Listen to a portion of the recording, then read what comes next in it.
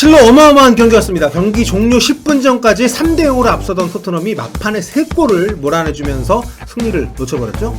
이거 이겼으면 승점 10점, 리그 단독 2위까지 올라갈 수 있는 토트넘이었기 때문에 더욱더 토트넘 입장에서는 안타까운 그런 결과였습니다. 승점 1점 추가하는 데 그치면서 6위에 머물고 말았습니다. 사실 이 경기는 아주 신나게 출발을 했습니다. 손흥민 선수가 경기 시작 45초 만에 첫 골을 넣었습니다. 이번에도 해리 케인의 도움이었고요.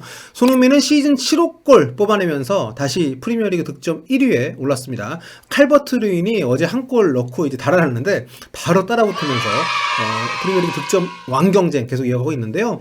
그야말로 진짜 어마어마한 콤비 같습니다. 7분 뒤에는 이번에는 케인이 골을 넣었는데 이게 손흥민 선수의 도움이었습니다. 두 선수가 정말 이보다 더 찰떡인 조합이 있을까 싶을 정도로 아주 어마어마한 그런 공격 포인트를 쌓아 올리고 있는데요.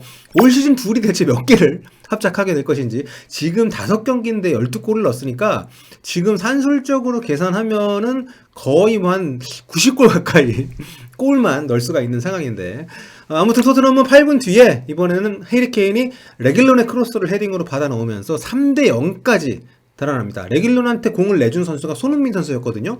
아무튼 토트넘 공격은 이 둘이 거의 다 만들어가고 있는 상황입니다.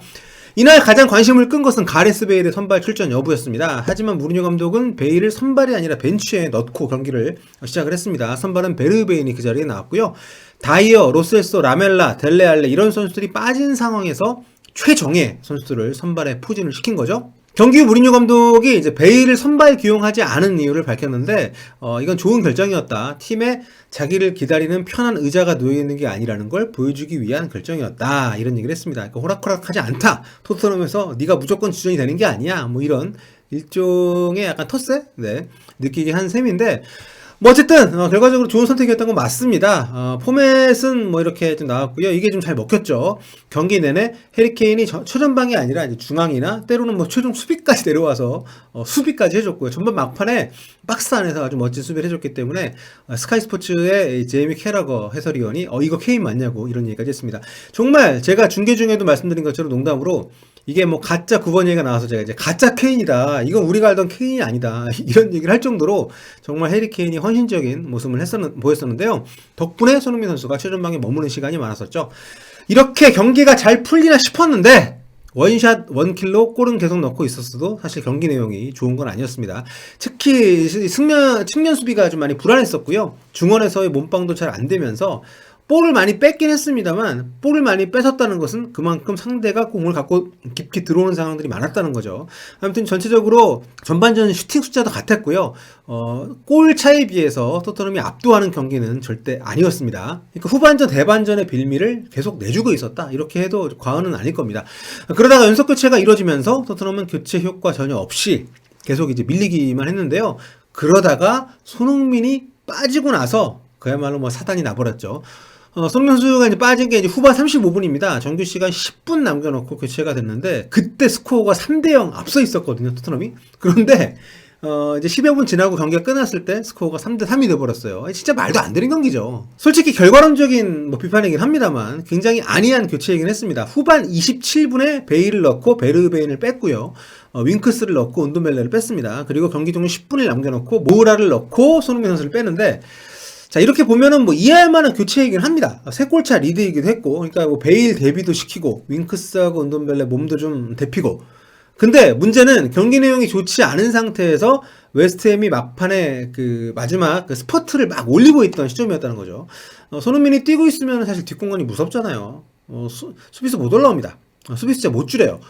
안 그래도 3골차 줄이려고 벼르고 있는 팀인데, 올라가고 싶어서 막 벼르고 있는 팀인데, 손흥민이 뛰기 시작하면 이게 불안하니까 아무래도 수비 라인도 못 올리고 수비 숫자도 한 명이라도 더 뒤에 좀 버티고 있어야 되는데, 손흥민을 빼버리니까 상대 부담 이게 좀 덜어지는 거죠. 결과론적인 얘기를 합니다만, 이게 정말 터무니없이 우리가 너무 손흥민 중심적인 시각에서 봐서 그런 게 아니라 실제 그랬어요. 그러니까 이게 선수들의 집중력 부족이 가장 큰 문제지만, 감독의 통솔력, 교체 전술 이런 부분에서도 분명 좀 안타까운 면이 있는 거죠. 이게 왜 제가 이렇게까지 얘기하냐면, 이제 과거를 잊었다는 거. 무리뉴 데뷔전 다들 기억하시죠? 벌써 이제 거의 1년 다 됐는데, 이 웨스트햄 유나이티드 경기였습니다. 무리뉴 감독의 그 토트넘 부임 첫 경기가, 이때 손흥민 선수가 무리뉴 감독에게 토트넘 첫 골을 안겨줬던 그런 시합인데요. 후반 5분 만에 3대 0이 됐습니다. 루카스 모우라고 해리케인 축구골 넣으면서 아주 쉽게 이길 것처럼 경기가 진행이 됐는데, 이날도 그 뒤로 계속 밀렸습니다. 밀리다가 막판에 2골 먹고 쫓기면서 끝이 났어요. 3대 2로 겨우 이제 승리를 가져갔습니다. 그런데 그 팀을 상대로 똑같은 흐름으로 계속해서 밀리다가 골을 내주면서 이번에는 비겼으니까 훨씬 더 안 좋은 결과를 얻은 거죠. 이게 참 그 교체 관련해가지고 우리는 손흥민 선수 뺀 시점을 중심으로 보잖아요. 손흥민 빼고 나서 바로 이제 실점을 연달했기 때문에. 근데 여기 재밌는 관점의 차이가 있는데, 현지에서는 손흥민 선수가 나가 3골 먹은 거 전혀 얘기가 안 됩니다. 예. 이게 현지에서는 가레스 베일 교체를 중심으로 얘기를 합니다. 여기 표를 좀 보시면은, 네, 손흥민 골, 케인 골 앞서가다가, 이제 우리는 이제 그 손흥민 선수가 나간 시점 기준으로 이 경기의 어떤 모든, 불만이나 아쉬운 부분들 얘기하잖아요. 그런데, 현지에서는 베일이 투입된 뒤에 역전이 당했다고, 베일 왜 넣었냐고, 베일 때문에 졌다고, 베일도 책임져라, 뭐 이런 얘기들까지 팬들사이에서 농담 삼아서 하고 있습니다. 그러니까 사실 베일이 들어오고 나서 속도가 확 죽은 건 사실입니다. 아직 몸이 별론지 스프린트 하는 장면도 별로 없었고, 진짜 안 뛰긴 안 뛰더라고요. 요리스 형님 꼭 라커룸에서 한마디 하실 게 바랍니다. Make the run for the team. 네, 이거 아무리 요리스라도 베일한테는 그렇게 못하겠지? 뭐 베일이 뭐 안 좋기만 했던 것은 아니에요. 케인 패스 받아가지고 아주 좋은 골 찬스를 만들기도 했었고, 아쉽게 골이 들어가진 않았습니다만, 그 몸은 아주 좀 별론데 확실히 좀 센스는 살아있다, 이런 장면들을 몇 번 보여주긴 했습니다. 한 2번 정도. 근데 아무래도 압박도 잘 안 되고 좀 서 있는 상황들이 좀 많이 있었어요. 이게 좀 아무래도 경기를 오래 안 뛰었기 때문에 좀 어느 정도 시간이 필요한 건 맞는데, 그렇다 보니까 3골 내준데 직접적인 책임이 있다는 비판을 좀 받고 있는 거죠.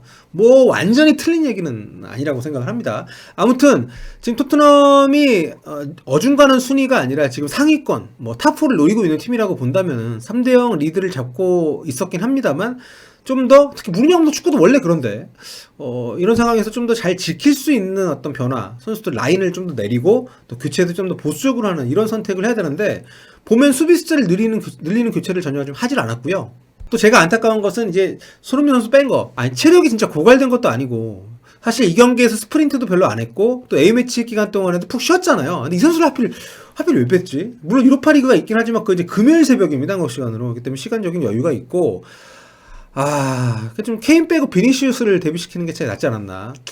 물론 해리케인 헤트트릭 기회가 있었기 때문에 뭐 무리뉴 감독이 그런 걸 배려해줬을 수도 있겠습니다만, 뭐 사실 이날 비판받은 선수들은 뭐 좀 억울할 수는 있지만, 왜냐하면 우리 애가 뭐 완전한 파울성이라고 개인적으로 보지 않기 때문에, 어쨌든 중요하지 않은 상황에서 파울을 해서 이제 프리킥을 줬고, 이제 여기서 선제골이 나왔기 때문에 우리의 어떤 그 약간 좀 부주의함에 대해서는 좀 언급을 하고 싶고요.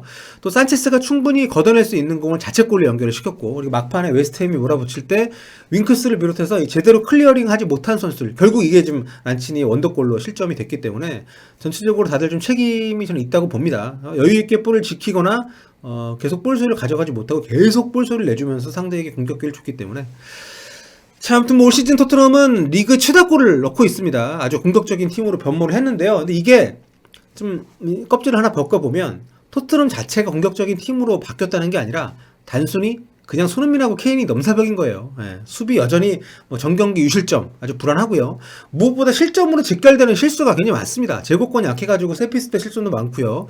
참고로 기록을 보니까 무리뉴 감독 부임 후에, 그러니까 1년 동안 전체 실점 중에서 세피스하고 수비 개인의 어떤 직접적인 실수로 인해서 내준 실점이 무려 80%입니다. 이 굉장히 높은 그런 비중입니다. 그렇기 때문에 이날도 참 쉽게 갈 수 있는 경기를 아주 너무 쉽게 놓쳐버렸어요. 무리뉴 감독이 경기 후에 말한 것처럼 웨스트햄전 승점을 3점을 주머니에 다 집어넣었다가 2점을 선수 그냥 내다 버린 그런 셈이 됐습니다.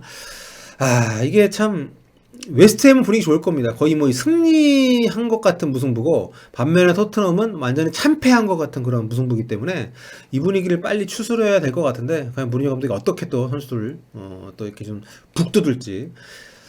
그리고 제가 좀 한 가지 걱정이 되는 것은, 경기 중에도 입중계 때도 말씀드렸습니다만, 손흥민 해리케인 조합으로 굉장히 잘 나가고 있는 공격인데, 여기에 가레스 베일이라는 변수가 좀 들어간 거잖아요. 이게 어떤 긍정의 부스트가 될 것인지 아니면 부정의 아이콘이 될 것인지는 좀 더 지켜봐야 될 것 같습니다. 무리뉴 감독이 좀 여러 가지로 많은 고민이 될 거고, 이 베일급의 아우라를 가진 선수가 라커룸에 들어왔는데 이 선수가 잘 못해버리면 이거 굉장히 처치곤란이거든요. 분위기도 그렇고. 아무튼 좀 토트넘 입장에서는 많은 과제를 안게 된 그런 경기 같습니다.